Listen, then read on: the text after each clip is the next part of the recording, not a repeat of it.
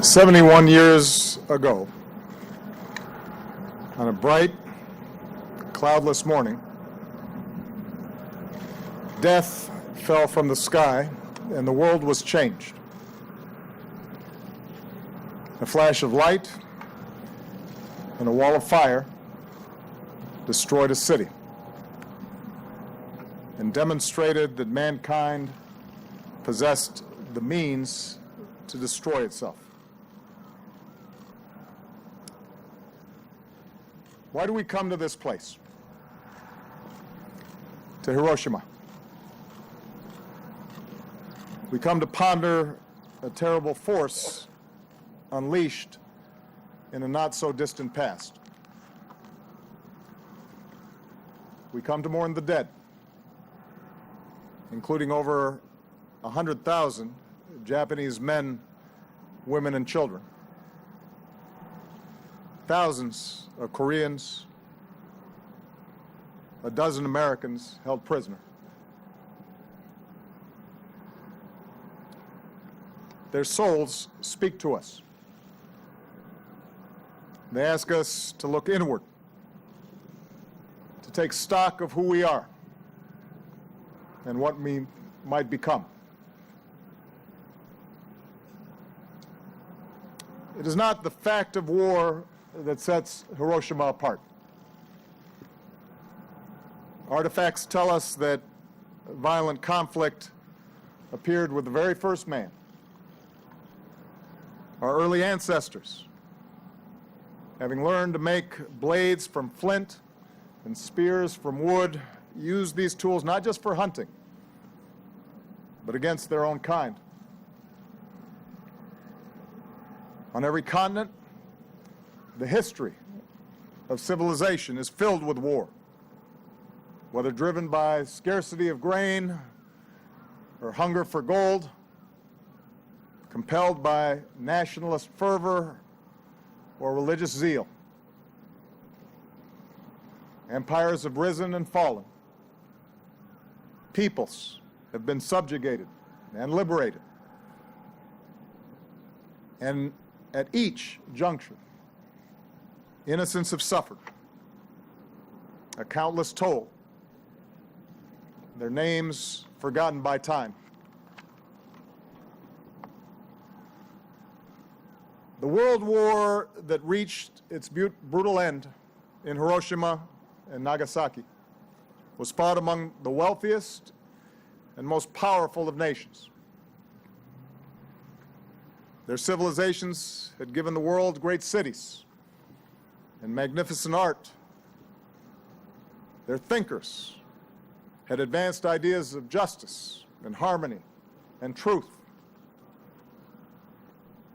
And yet, the war grew out of the same base instinct for domination or conquest that had caused conflicts among the simplest tribes. An old pattern amplified by new capabilities and without new constraints. In the span of a few years, some 60 million people would die. Men, women, children, no different than us. Shot, beaten, marched, bombed, jailed, starved, gassed to death. There are many sites around the world that chronicle this war, memorials that tell stories of courage and heroism, graves and empty camps that echo of unspeakable depravity. Yet in the image of a mushroom cloud that rose into these skies, we are most starkly reminded of humanity's core contradiction. How the very spark that marks us as a species, our thoughts, our imagination, our language, our tool making, our ability to set ourselves apart from nature and bend it to our will. Those very things also give us the capacity for unmatched destruction.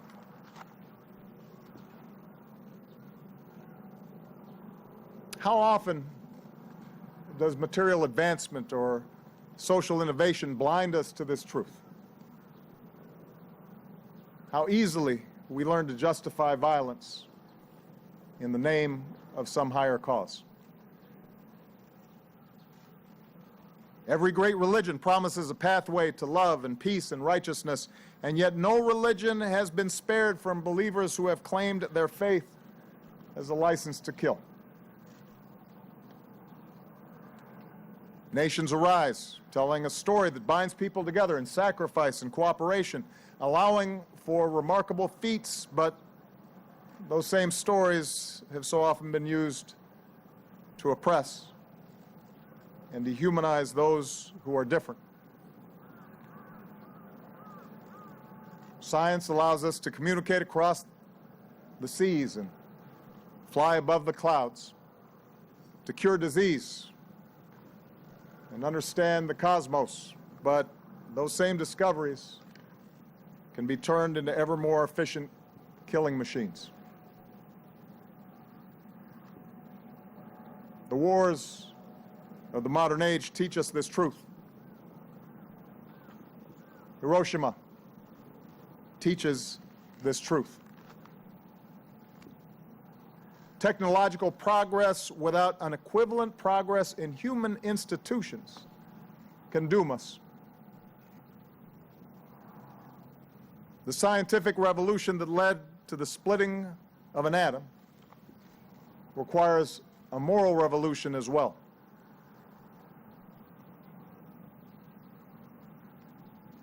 That is why we come to this place. We stand here in the middle of this city and force ourselves to imagine the moment the bomb fell. We force ourselves to feel the dread of children confused by what they see. We listen to a silent cry. We remember all the innocents killed across the arc of that terrible war and the wars that came before and the wars that would follow.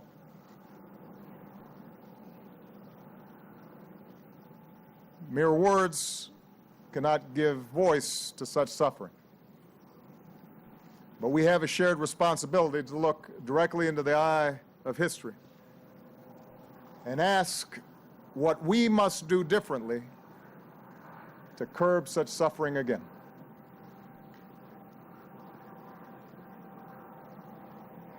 Someday, the voices of the Hibakusha will no longer be with us to bear witness. But the memory of the morning of August 6, 1945, must never fade. That memory allows us to fight complacency. It fuels our moral imagination. It allows us to change. And since that fateful day, we have made choices that give us hope. The United States and Japan forged not only an alliance, but a friendship that has won far more for our people than we could ever claim through war. The nations of Europe built a union that replaced battlefields with bonds of commerce and democracy. Oppressed peoples and nations won liberation. An international community established institutions and treaties that work to avoid war and aspire to restrict and roll back and ultimately eliminate the existence of nuclear weapons. Still, every act of aggression between nations Every act of terror and corruption and cruelty and oppression that we see around the world shows our work is never done. We may not be able to eliminate man's capacity to do evil. So nations and the alliances that we formed must possess the means to defend ourselves. But among those nations like my own that hold nuclear stockpiles, we must have the courage to escape the logic of fear and pursue a world without them. We may not realize this goal in my lifetime, but persistent effort can roll back the possibility of catastrophe. We can chart a course that leads to the destruction of these stockpiles. We can stop the spread to new nations and secure deadly materials from fanatics. And yet that is not enough. For we see around the world today how even the crudest rifles and barrel bombs can serve up violence on a terrible scale. We must change our mindset about war itself to prevent conflict through diplomacy and strive to end conflicts after they've begun. To see our growing interdependence as a cause for peaceful cooperation and not violent competition. To define our nations not by our capacity to destroy, but by what we build. And perhaps above all, we must reimagine our connection to one another as members of one human race. For this, too, is what makes our species unique. We're not bound by genetic code to repeat the mistakes of the past. We can learn. We can choose. We can tell our children a different story, one that describes a common humanity, one that makes war less likely and cruelty less easily accepted. We see these stories in the Hibakusha, the woman who forgave a pilot who flew the plane that dropped the atomic bomb because she recognized that what she really hated was war itself. The man who sought out families of Americans killed here because he believed their loss was equal to his own.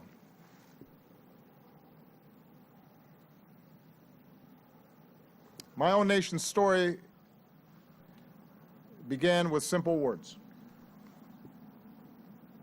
All men are created equal and endowed by our Creator with certain unalienable rights, including life, liberty, and the pursuit of happiness. Realizing that ideal has never been easy, even within our own borders, even among our own citizens. But staying true to that story is worth the effort. It is an ideal to be strived for, an ideal that extends across continents and across oceans. The irreducible worth of every person, the insistence that every life is precious, the radical and necessary notion that we are part of a single human family.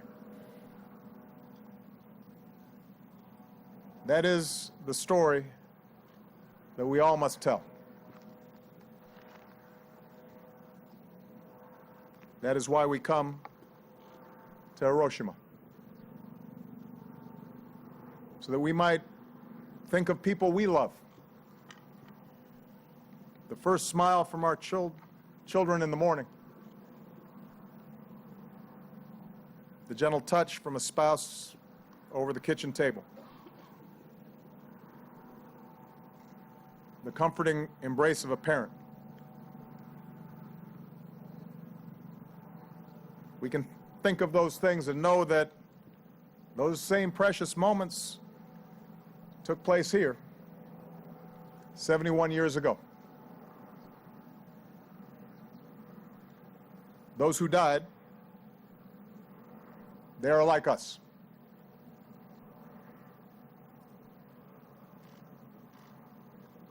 Ordinary people understand this, I think. They do not want more war. They would rather that the wonders of science be focused on improving life and not eliminating it. When the choices made by nations, when the choices made by leaders reflect this simple wisdom,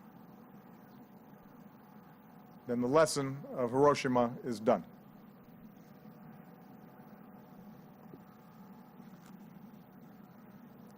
The world was forever changed here. But today, the children of this city will go through their day in peace. What a precious thing that is. It is worth protecting and then extending to every child. That is the future we can choose. A future in which Hiroshima and Nagasaki are known not as the dawn of atomic warfare, but as the start of our own moral awakening.